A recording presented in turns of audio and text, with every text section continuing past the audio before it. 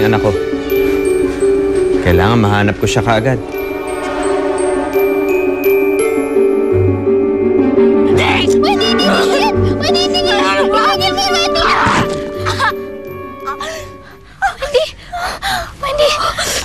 Wendy, nasaktan ka ba? Ikaw may kasalanan ko. Bakit ako nasugatan? Sugat mo. Anong gagawin mo?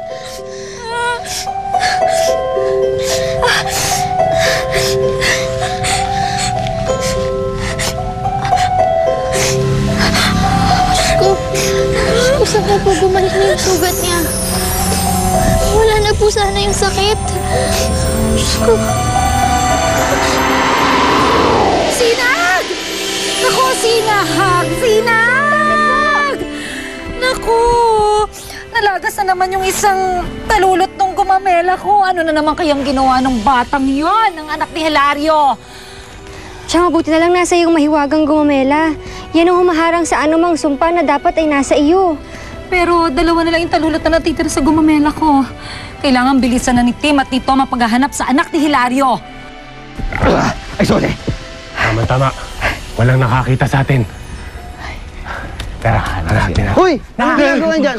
Kayo na naman?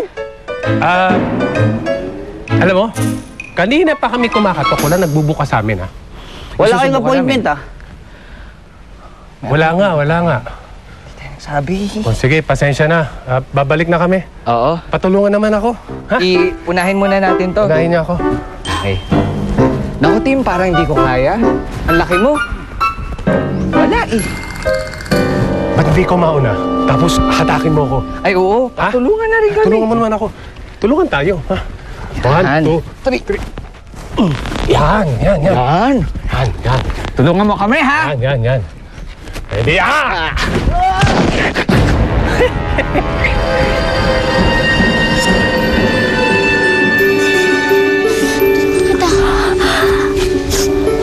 Kung may kasalanan ko, bakit ako nasugatan?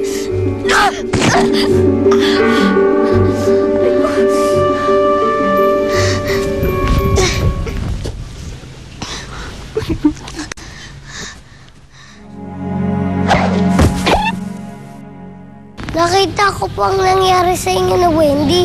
Salbahe talaga siya. Imbis na magpasalamat sa ginawa mong kabutihan, tinula ka pa niya. Wally, ang mahalaga, natulungan ko si Wendy. Bakit ganun, ate? Sa kabila ng kasamaan ni Wendy, pinapakitaan mo pa rin siya ng kabutihan. Dahil balang araw, alam ko na babait din sa akin si Wendy. Wally, naniniwala ako na yung kabaitang pinapakita ko ay masusuklian din ng kabaitan. Alam mo, Ate Alice, kung makikita ka lang ng magulang niyo, pagmamalaki ka po nila kasi ang bait niyo po. Hindi na ako umaasang makasama pa yung magulang ko, Wally. Pero alam mo, kung dadating man yung panahon na yon, ako na siguro yung pinakamasayang tao sa mundo. Gandang araw ho. Ay, magandang araw naman po. Pwede ho bang makausap yung direktora ninyo? Kayo po yung pinapasok ng guard. Apa. Teka, may appointment po ba kayo?